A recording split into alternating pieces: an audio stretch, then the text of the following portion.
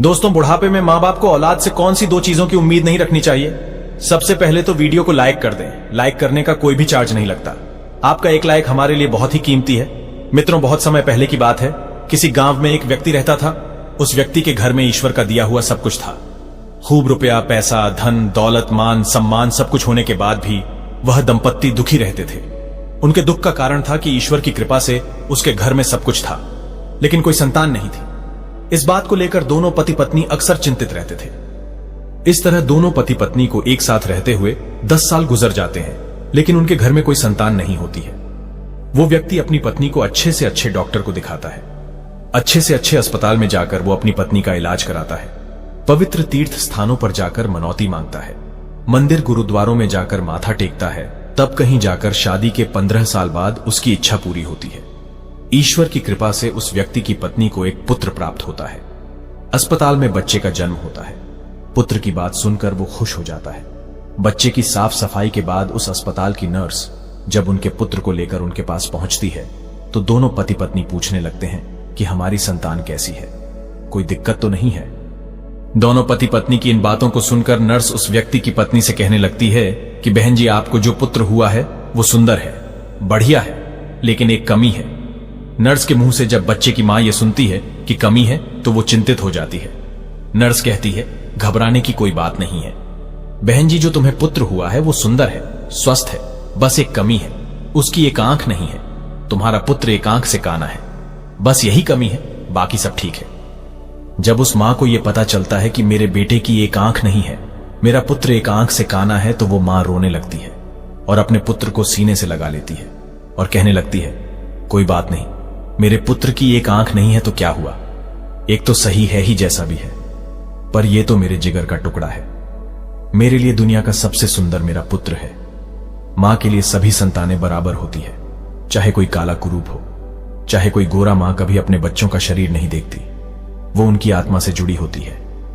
मां उस बालक को देखकर कहती है, कितना सुंदर है मेरा बच्चा।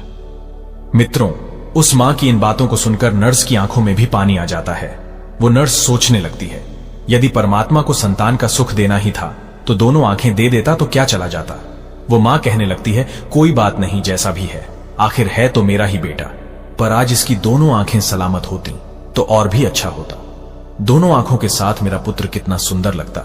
मां की इन बातों को नर्स सुनती है तो वो कहने लगती है कि बहन जी, यदि तुम चाहती हो कि तुम्हारे पुत्र की दोनों आंखें हो तो ऐसा भी हो सकता है। जब मां को पता चलता है कि उसकी बच्चे की दोनों आंखें लग सकती हैं तो वो कहने लगी, बहन ये कैसे संभव है। तो नर्स उन्हें बताते हुए कहती है कि ऐसा हो तो सकता है, उसके लिए तुम दोनों में से किसी एक को अपनी आंख देनी होगी, तुम्हारे पुत्र की दोनों आंखें ठीक हो जाएंगी। मित्रों, नर्स की इन बातों को जब वो व्यक्ति सुनता है तो कहने लगता है, कोई बात नहीं सिस्टर, हमारे पुत्र की एक आंख तो सही सलामत है ही। हमारा पुत्र एक आंख से ही दुनिया देख सकता है, दूसरी आंख इसे लगाने की कोई जरूरत नहीं। हमारा पुत्र जैसा भी है अच्छा है। मैं अपनी आंखें दान नहीं कर सकता क्योंकि मेरा घर मेरी मेहनत मजदूरी पर चलता है। जब मेरी दोनों आंखें नहीं होंगी तो कैसे मैं अपने परिवार को पाल पाऊंगा, कैसे इस बच्चे का खर्च उठा पाऊंगा। यह तो तभी संभव है जब मेरी दोनों आंखें ठीक हो। मैं एक पिता हूं और पत्नी को और बच्चों को पालने का भार मेरे कंधों पर है। रही बात मेरे बच्चे की एक आंख की, तो यह सब परमात्मा की देन है। ईश्वर ने जिसे जिस रूप में भेजा है वो उसी रूप में ठीक है। मित्रों, पिता ने तो साफ इनकार कर दिया, लेकिन मां तो मां होती है।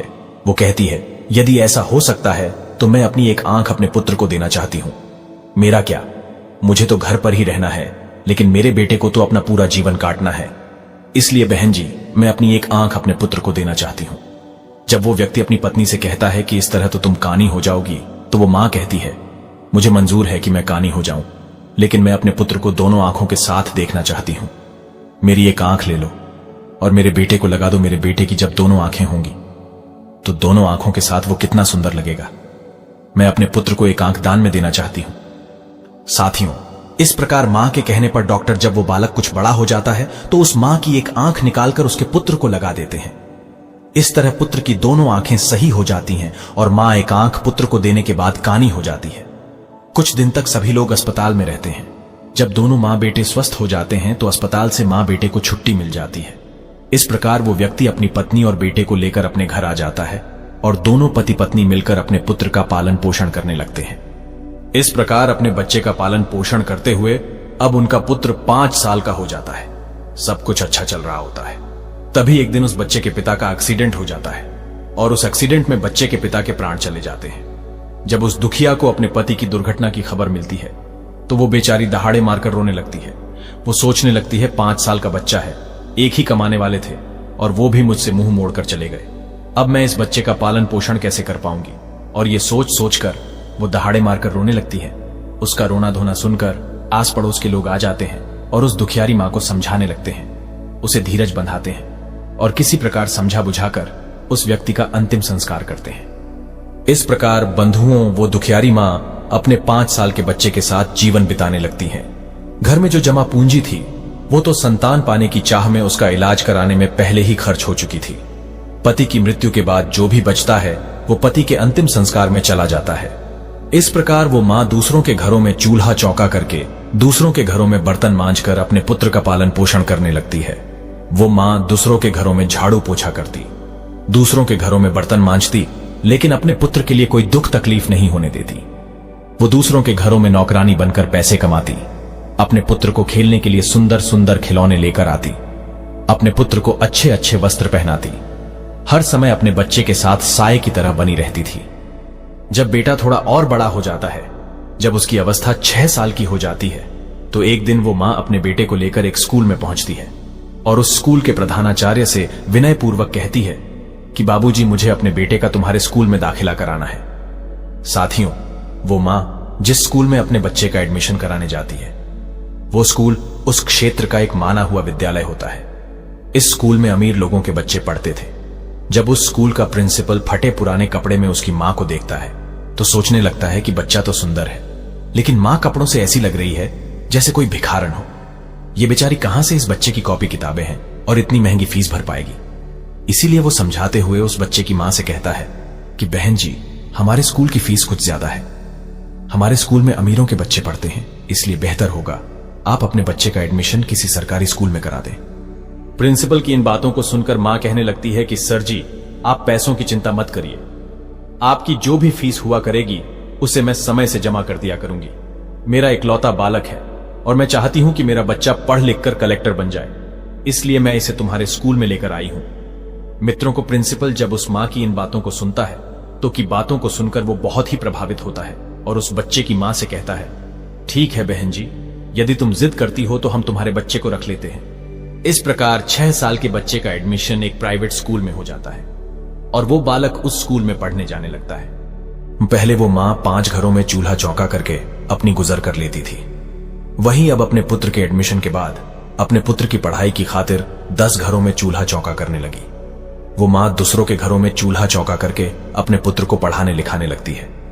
पढ़ते पढ़ते वो पुत्र जब 5वीं कक्षा में आ जाता है, जब उसकी अवस्था 10 साल की हो जाती है, तो एक दिन स्कूल के सभी बच्चे मिलकर उस बालक को चिढ़ाने लगते हैं और खेल खेल में कहने लगते हैं कि देखो देखो, कानी का बेटा आ गया, इसकी मां एक आंख से कानी है। वो लड़का जब अपने सहपाठियों की इन बातों को सुनता है तो क्रोध में भर जाता है।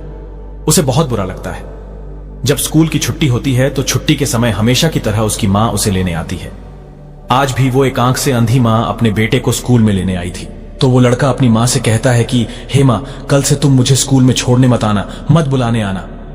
जब मां पूछती है कि पुत्र क्या बात हुई, तुम ऐसा क्यों बोल रहे हो, तो लड़का कहने लगता है कि मां, तुम्हारी सूरत ठीक नहीं है, तुम एक आंख से कानी हो। तुम जब मेरे साथ स्कूल में आती हो तो मेरे साथ के लड़के मेरा मजाक उड़ाते हैं और तुम्हारी वजह से मुझे शर्मिंदा होना पड़ता है। तुम ऐसी हो, तुम वैसी हो, इस तरह की वो बातें करते हैं। वो लड़का अपनी मां से दुनिया भर की शिकायतें करता है।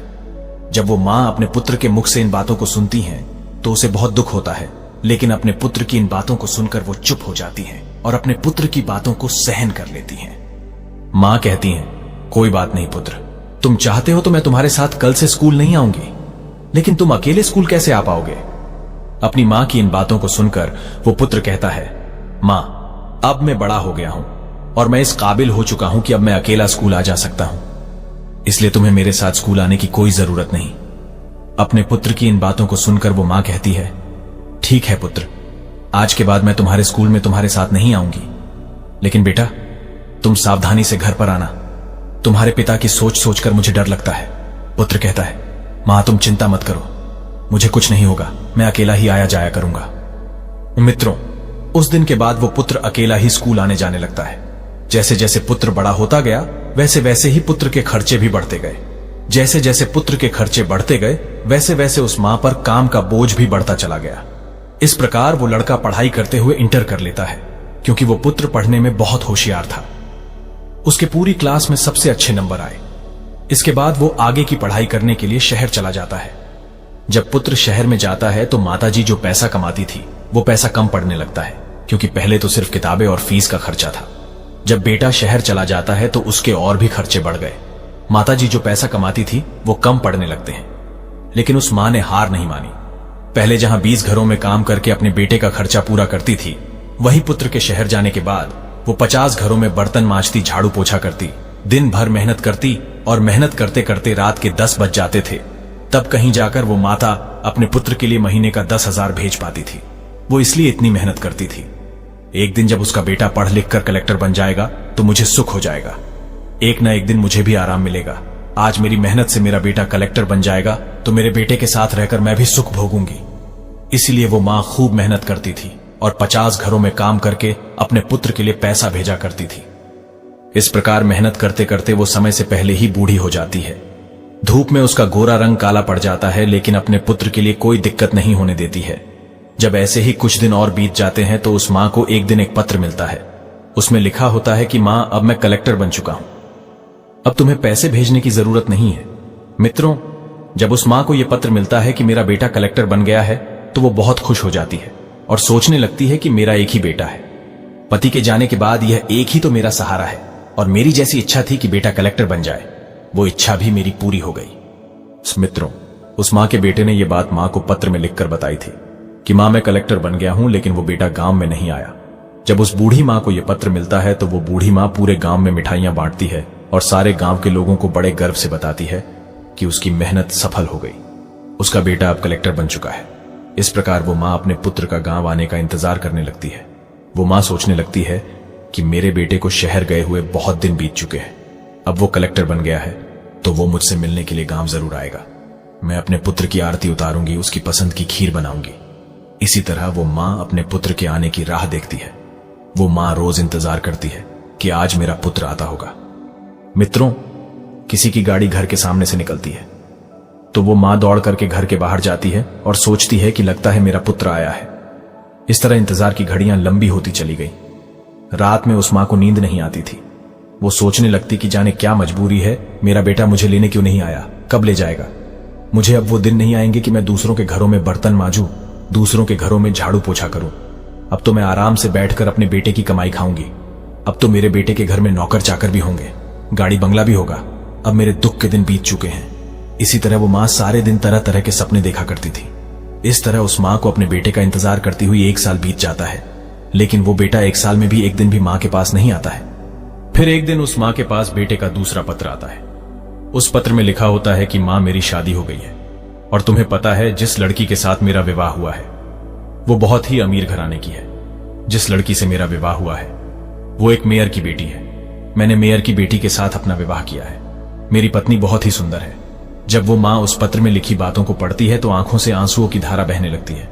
उसे बड़ा ही दुख होता है, क्योंकि मां तो सोच रही थी कि अब बेटा कलेक्टर बन गया है तो मेरे बेटे के लिए अच्छे अच्छे रिश्ते आएंगे, मैं अपनी पसंद की लड़की के साथ अपने बेटे की शादी करूंगी। लेकिन उस पत्र को पढ़कर उस मां के सारे अरमान धूल में मिल जाते हैं।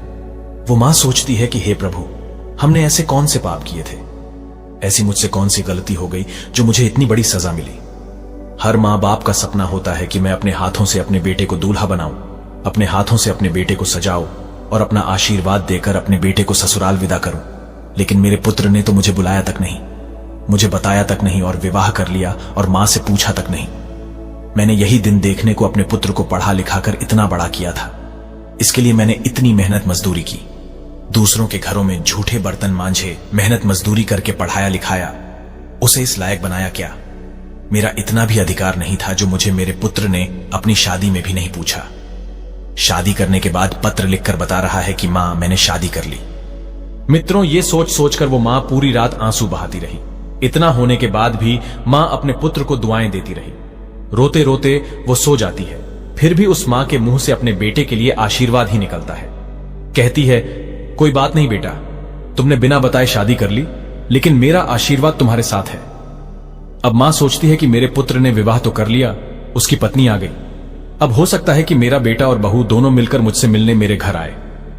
मैं अपनी बहू को देखूं, बहू मेरे पैर दबाएगी, मैं अपने बेटे की बहू को आशीर्वाद दूंगी। ये सोच सोचकर वो मां अपने बेटा और बहू का इंतजार करने लगती है। इस तरह उस मां को अपने बेटा और बहू का इंतजार करते करते 1 साल निकल जाता है, लेकिन 1 साल बीतने के बाद भी उस मां से मिलने बेटा नहीं आता है, ना बहू आती है। फिर उस मां को तीसरा पत्र मिलता है जिसमें लिखा होता है कि हे मां, अब तुम दादी बन गई हो, भगवान की कृपा से हमारे घर बेटा आया है। जब यह खबर उस मां को मिलती है तो उसका धैर्य जवाब दे जाता है, उसकी सहन शक्ति जवाब देती है, और यह स्वाभाविक था। वो और कितना धैर्य धारण करती जिस मां का पुत्र कलेक्टर बन जाए, विवाह हो जाए, बेटा हो जाए, और उसका उसकी मां को पता ना चले तो उसके दिल पर क्या बीतेगी। जिस पुत्र का जीवन बनाने में जिस मां ने अपना सब कुछ कुर्बान कर दिया, उस पुत्र का बरसों से चेहरा न देखा हो तो स्वाभाविक था अपने पुत्र के लिए व्याकुल होना। जब वो मां अपने पुत्र के लिए ज्यादा व्याकुल हो जाती है तो उस मां के मन में आता है कि अब तो रहा नहीं जाता। वो फिर कुछ देर के लिए विचारों में खो जाती है, फिर अपने मन में ख्याली पुलाव पकाने लगती है। सोचती है, कोई बात नहीं, पोता हो गया है तो अच्छी बात है, अब मैं अपने पोते को देखूंगी, मैं अपने पोते को अपनी गोद में खिलाऊंगी, मैं उसके लिए पालना लाऊंगी, अब मेरा बेटा जरूर मेरी बहू और पोते के साथ मेरे पास आएगा। यही सब सोच सोचकर वो मां व्याकुल होने लगती है। जब इंतजार करते करते उस मां को 6 महीने बीत जाते हैं और जब उस मां से मिलने कोई भी नहीं आता है तो उस मां के सब्र का बांध टूटने लगता है। वो व्याकुल हो जाती है और उसी व्याकुलता में वो मां ये फैसला करती है कि चाहे कुछ भी हो जाए, मैं अपने पोते को देखने जरूर जाऊंगी। और ये निर्णय करके मां अपने बेटा और बहू से मिलने के लिए शहर को चल देती है। किसी तरह वो पता पूछते पूछते उस शहर में पहुंच जाती है जिस शहर में उसका बेटा रहता था। उस शहर में पहुंचकर बूढ़ी मां एक रिक्शे वाले को अपने पास बुलाती है और रिक्शे वाले से कहती है, बेटा मुझे इस पते पर जाना है। रिक्शा वाला पता देखता है और मां जी को अपने रिक्शे में बैठा लेता है और उस बूढ़ी मां को उसके बताए हुए पते पर ले चलता है। मित्रों, कुछ समय के बाद वो रिक्शे वाला बूढ़ी मां को लेकर कलेक्टर बाबू के बंगले पर पहुंच जाता है और बंगले के सामने अपना रिक्शा खड़ा कर देता है और माता जी से कहता है, मां जी तुमने जो पता दिया था तुम उस पते पर पहुंच चुकी होगी। ये जो सामने बंगला है यही रहते हैं कलेक्टर बाबू। मां जी उस रिक्शे वाले को किराया देती है और अपना झोला उठाकर बंगले की तरफ को चल देती है। मां की नजर जब कलेक्टर साहब के बंगले पर पड़ती है तो वो खुश हो जाती है। वो देखती है कि सुंदर आलीशान बंगला बना हुआ है। बंगले के सामने चमचमाती गाड़ी खड़ी है और दरवाजे पर चपरासी बैठे हुए हैं। ये देखकर उस मां को बड़ी खुशी होती है कि कितने सुंदर घर में मेरा बेटा रहता है। मां उस थैले को लेकर जिसमें अपने पोते के लिए खिलौने, बहू के लिए साड़ियां और कुछ मिठाइयां लेकर आई थी, जब उस थैला को लेकर वो मां बंगले के अंदर जाने लगती है। जैसे ही बंगले के अंदर घुसने के लिए होती है तो गेट के पास खड़े एक चपरासी की नजर उस मां पर पड़ती है। चपरासी देखता है कि फटे पुराने कपड़े पहने एक काली कलूटी बुढ़िया जो एक आंख से कानी है घर के अंदर बड़ी चली जा रही है। जब वो सिपाही उस महिला को देखता है तो कहने लगता है कि तुम्हें किससे मिलना है, इस तरह अंदर कहां चली जा रही हो सिपाही के। जब ये शब्द उस मां के कानों में पड़ते हैं तो वो मां ठटक कर रुक जाती है और चपरासी से कहती है कि यहां पर मेरा बेटा रहता है, मेरे बेटे को पुत्र हुआ है, इसलिए मैं अपने पोते को देखने आई हूं। चपरासी उस मां को डांटते हुए कहता है, बुढ़िया कभी अपनी शक्ल देखी है? तुम्हें पता है कि ये किसका बंगला है? ये यहां के कलेक्टर साहब का बंगला है। तब वो मां कहने लगती है, मुझे पता है ये कलेक्टर साहब का बंगला है और जो तुम्हारे कलेक्टर साहब है वही मेरे पुत्र है। वो सिपाही कहने लगता है, ये बुढ़िया तुम गांव देहात की महिला, ना तुम्हारे कपड़े ठीक है ना तुम्हारी शक्ल ठीक है। कलेक्टर साहब तुम्हारे बेटे कैसे हो सकते हैं? जब ये तकरार पास में खड़ा हुआ एक दूसरा चपरासी सुनता है तो वो भी उस मां के पास पहुंच जाता है। जब उसे पता चलता है कि बुढ़िया कह रही है कि वो कलेक्टर साहब की मां है तो वो सिपाही उनसे पूछने लगता है कि हे मां, आपके पास कोई प्रमाण है जिससे हम पता कर सके कि तुम हमारे कलेक्टर साहब की मां हो? जब वो मां उस दूसरे सिपाही की इन बातों को सुनती है तो तुरंत ही अपने साड़ू के पल्लू में बंधा हुआ वो पत्र उस चपरासी को दिखाती है जो उसके पुत्र ने अपनी मां को भेजे थे। जब चपरासी उस पत्र को खोलकर देखते हैं और भेजने वाले का पता देखते हैं तो उस बूढ़ी माई से माफी मांगने लगते हैं और कहते हैं, हे मां, हमें माफ कर दो, हमें नहीं पता था कि तुम कलेक्टर साहब की मां हो। वो मैया कहती हैं, चलो कोई बात नहीं, मैं तुम्हें माफ किए देती हूं, मुझे बताओ कि मेरा बेटा बहू कहां पर है? वो चपरासी दूर से इशारा करते हुए कहता है कि ऊपर जो कमरा दिख रहा है वो तुम्हारे बेटे का कमरा है और वो अभी इस समय घर पर ही है। अब वो मां अपना सामान तो नीचे रख देती है कि सामान को तो मैं बाद में ले जाऊंगी, पहले अपने पोते को देख लेती हूं, बहू को देख लेती हूं। ये मित्रों, वो मां अपने पोते को देखने के लिए जल्दी जल्दी सीढ़ियां चढ़ करके घर के अंदर जाती है। जैसे ही वो मां घर के अंदर आती है तो क्या देखती है कि घर के आंगन में एक पालना रखा हुआ है और उस पालने में उनका पोता झूल रहा है। जैसे ही उस बूढ़ी मां की नजर अपने पोते पर पड़ती है तो वो दौड़कर पालने से अपने पोते को उठा लेती है और अपने पोते को सीने से चिपकाकर दुलार करने लगती है। जब वो बूढ़ी में अपने पोते को गोदी में लेकर दुलार करने लगती है तो बच्चे की नींद टूट जाती है। वो जोर जोर से रोने लगता है। बच्चे के रोने की आवाज जब पुत्र वधू के कानों में पड़ती है तो वो रसोई से बाहर आती है और सोचती है कि जाने मेरे बच्चे को क्या हो गया, इतने जोरों से क्यों रो रहा है। जब वो रसोई से निकलकर आंगन में आती है और अपने बच्चे को एक भिखारिन जैसी दिखने वाली बुढ़िया के हाथों में देखती है तो वो चिल्लाने लगती है। अपने पति को आवाज देती है कि सुनो जी, कोई काली कलूटी बुढ़िया जो एक आंख से कानी है वो हमारे बच्चे को चुराने आई है। पत्नी का चिल्लाना सुनकर पति भी नीचे आ जाता है। पति के आते ही बहू अपने बच्चे को माताजी से छीनकर अपने सीने से लगा लेती है और अपने पति से कहती है कि कैसे तुमने चपरासी रखवाली पर रखे हैं, कोई भी हमारे घर में घुसा चला आता है। देखो ना, ये भिखारन बुढ़िया हमारे बच्चे को चुराने आ गई। बूढ़ी माताजी कहती है कि बहू, मैं चोर नहीं हूं, तुम्हारी सास हूं और ये तुम्हारे पास जो खड़ा है मेरा बेटा है। तुम्हारी गोदी में जो खेल रहा है वो मेरा पोता है। मैं भला पोते को चुरा कर कहां ले जाऊंगी। जब बहू उन माताजी की इन बातों को सुनती है तो अपने पति से कहती है कि ये बुढ़िया क्या कह रही है। क्या सच में ये भिखारन तुम्हारी मां है? क्या ऐसे ही भिखारी परिवार में तुमने जन्म लिया है? मुझे पहले तो कभी आपने बताया नहीं कि तुम्हारी कोई मां भी है। जब बेटा अपनी पत्नी की इन बातों को सुनता है तो कहने लगता है कि ये बुढ़िया झूठ बोल रही है, ये मेरी मां नहीं है, मेरी मां तो अब इस दुनिया में ही नहीं है। अपने बेटे की इन बातों को सुनकर मां को बहुत धक्का सा लगता है। वो मां एकदम से रोने लगती है और कहने लगती है कि बेटा, तू कैसी बातें करता है। मैं तो रोज घर के दरवाजे पर बैठकर तेरी राह निहारा करती थी कि मेरा पुत्र आएगा, लेकिन तू तो आया ही नहीं। जब तू नहीं आया तो मैं खुद तुझसे और अपनी बहू से मिलने चली आई। मुझे अपने पोते को देखने की बहुत इच्छा थी, इसलिए मैं तेरे पास आ गई हूं और तू कह रहा है कि मेरी कोई मां नहीं है। वो बहू जब अपने पति से पूछती है कि बुढ़िया क्या कह रही है तो पुत्र कहने लगता है, तुम इसकी बातों में मत आओ। मैं कसम खाकर कहता हूं कि ये बुढ़िया मेरी मां नहीं है। अपने पुत्र की इन बातों को जब वो मां सुनती है तो उनकी आंखों में आंसू आ जाते हैं। वो सोचने लगती है कि जिस बेटे को मैंने मेहनत मजदूरी करके पढ़ाया लिखाया, कलेक्टर बनाया, वही बेटा धन के नशे में, पद के नशे में मुझे पहचानने से इनकार कर रहा है। वो कसम खाकर भी ये मानने को तैयार नहीं है कि ये मेरी मां है।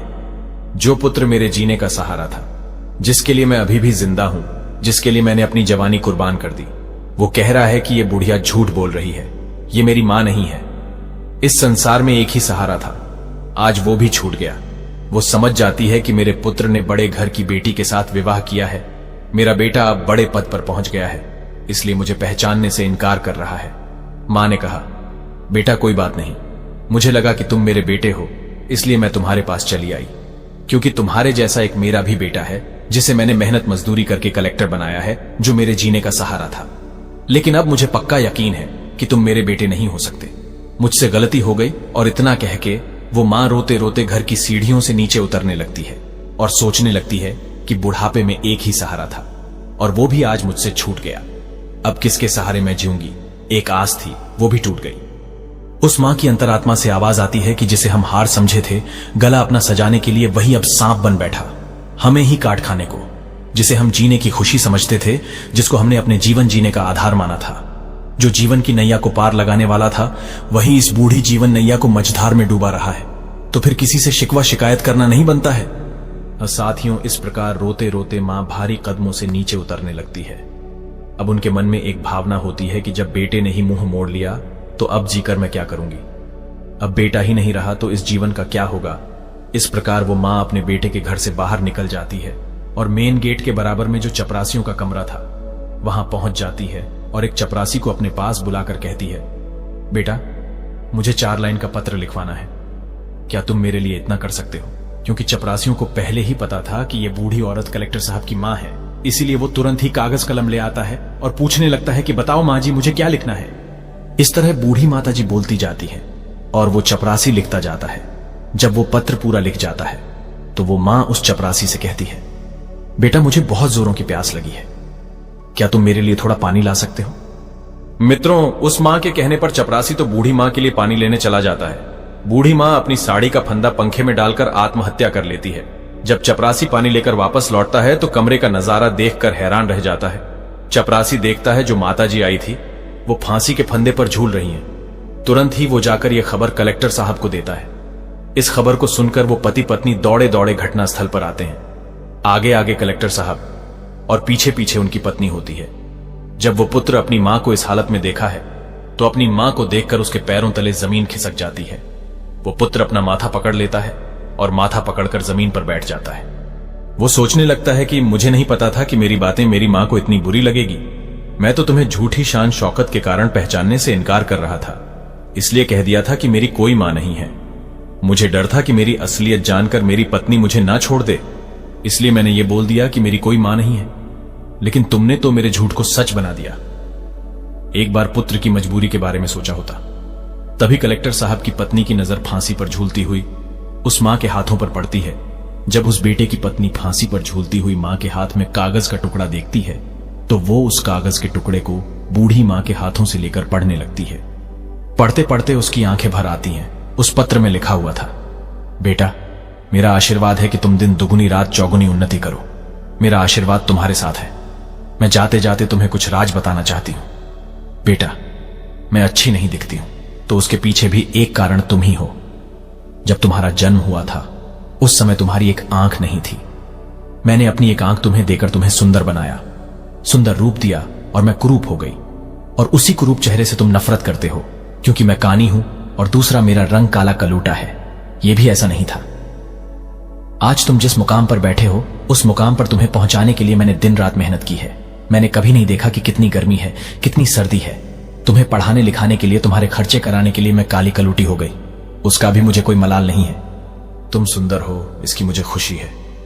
मैं तुम्हें देखना चाहती थी, पोते को देखना चाहती थी, अपनी बहू से मिलना चाहती थी, इसलिए मैं शहर चली आई। क्योंकि तुमने तो कभी गांव आकर मेरी हाल सुध नहीं ली।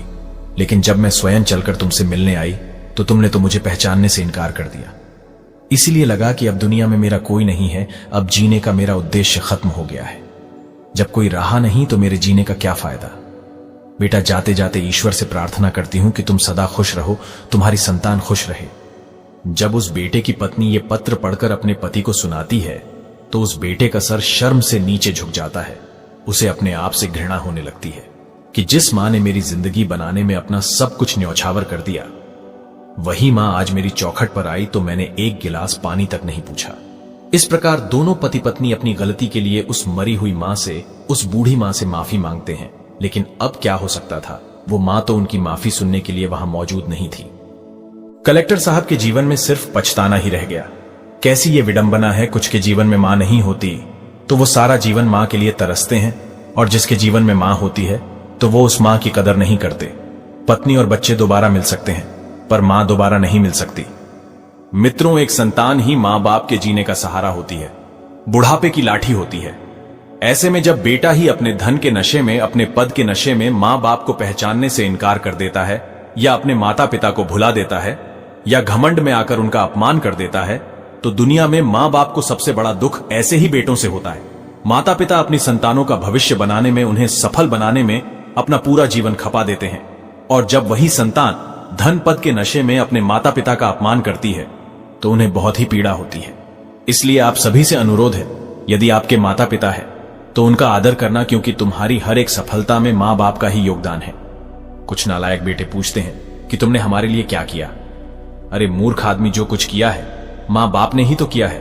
तुझे बनाया, तुझे पढ़ाया लिखाया, तेरे को पालने में दुख उठाए। तू आज कामयाब है तो इसकी वजह भी तेरे माता पिता ही है। मां बाप को भूलकर तू तो अपने आप को भूल गया है। तू ये भी भूल गया है, मां बाप के अतिरिक्त दुनिया में दूसरा तेरा कोई हितैषी नहीं है। मां बाप मरकर भी तेरा भला चाहेंगे, ऐसा हितैषी तुझे कहां मिलेगा। और सब लोग जो तेरे अपने होने का दावा कर रहे हैं वे सिर्फ एक निश्चित समय तक और एक मतलब तक ही तेरा हित चाहते हैं, पर मां बाप बिना स्वार्थ के जीवन भर तेरा हित चाहते हैं।